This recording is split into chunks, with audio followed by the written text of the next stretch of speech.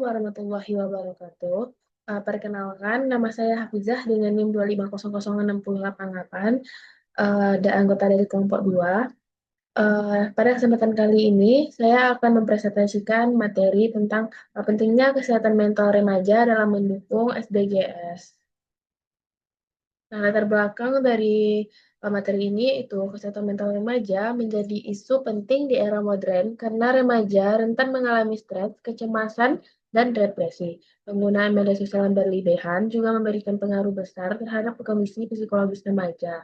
Nah, oleh karena itu, kesehatan mental perlu diperhatikan untuk mendukung pencapaian SDGs tujuan ketiga yaitu good health and well-being. Nah, pertanyaan mendasar dari materi ini itu apa yang dimaksud dengan kesehatan mental remaja, bagaimana pengaruh media sosial terhadap kesehatan mental remaja, apa dampak cyberbullying dan social comparison, serta bagaimana relevansi kesehatan mental remaja dengan SDGs. Nah, adapun tujuan penulisan dari materi ini itu menjelaskan konsep kesehatan mental remaja, menganalisis pengaruh media sosial terhadap kesehatan mental, mengetahui dampak cyberbullying dan social comparison, serta menjelaskan hubungan kesehatan mental remaja dengan SDGs.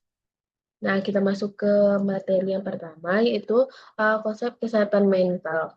Nah, menurut WHO, kesehatan mental adalah kondisi ketika individu mampu mengelola tekanan hidup, bekerja secara produktif, dan memberikan kontribusi kepada lingkungan. Nah, sedangkan menurut Zakiyah Darajat, uh, menekankan keseimbangan jiwa dan kemampuan menyesuaikan diri.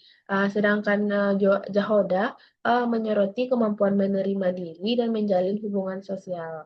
Nah, jadi kesehatan mental itu bukan hanya tidak adanya gangguan mental, tetapi juga kemampuan seseorang dalam mengelola emosi dan menjalani kehidupan dengan baik.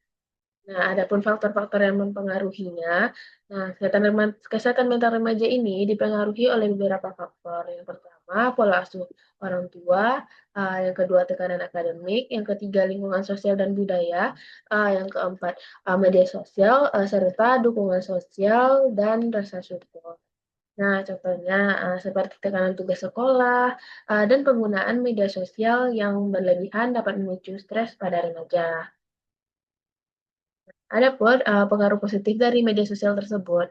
Nah, media sosial tersebut memiliki dampak positif jika digunakan dengan baik, seperti membantu proses pembelajaran, mempermudah akses informasi, serta meningkatkan kreativitas, serta memudahkan kita dalam berkomunikasi. Nah, melalui media sosial ini, remaja juga dapat memperoleh pengetahuan dan informasi dengan lebih cepat. Nah, uh, ad- uh, adapun pengaruh negatif dari media sosial ini yaitu uh, penggunaan media sosial secara berlebihan ini juga dapat menimbulkan dampak negatif seperti kecemasan, depresi, gangguan tidur, uh, kecanduan gadget, dan berkurangnya berinteraksi sosial secara langsung. Nah, karena itu penggunaan media sosial harus dilakukan secara bijak dan tidak berlebihan. Nah, selanjutnya yaitu cyberbullying. Nah, cyberbullying ini adalah tindakan perundungan melalui media sosial. Nah, dampaknya itu dapat berupa stres, rendah diri, depresi, hingga menurunnya prestasi belajar. Nah, oleh sebab itu, kita harus menggunakan media sosial ini dengan baik dan saling menghargai sama pengguna media sosial.